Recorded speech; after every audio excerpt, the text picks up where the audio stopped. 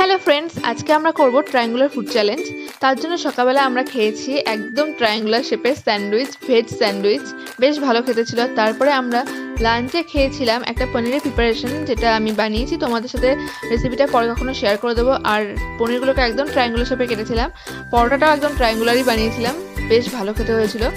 তো দুপুরে খাবারটা শেষ করার পরে আমরা ভাবতে থাকি বিকেলে কি খাওয়া যায়। তো সন্ধ্যাবেলা খুব খিদে পেয়ে গেছিলো, আর বাইরে বেরোনোর পর দেখলাম ডরিটোস তো ট্রায়াঙ্গুলার শেপেরই হয়। তো খুব আনন্দের সাথে সেটা আমরা খেয়ে নেওয়ার পরে ভাবছিলাম যে এরপরে কি খাবো, কারণ পেট একদমই ভরেনি ওটুকুতে। তো দুঃখের বিষয়, আমার ট্রায়াঙ্গুলার শেপের কিছুই পাইনি, যেহেতু ভেজ খাচ্ছিলাম তো সব কিছু খেতেও পারবো না।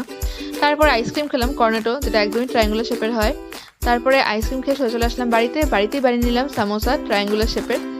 তারপরে সামোসাটা খেলাম। সামোসা রেসিপিটা তোমাদের সাথে অন্য কোনো সময় শেয়ার করে দেবো। এই ছিল আজকের ফুড চ্যালেঞ্জ, আমাদের সারাদিন ট্রায়াঙ্গুলার শেপের খাওয়া দাওয়া। তো কেমন লাগলো অবশ্যই কমেন্টসে জানিও। বাই।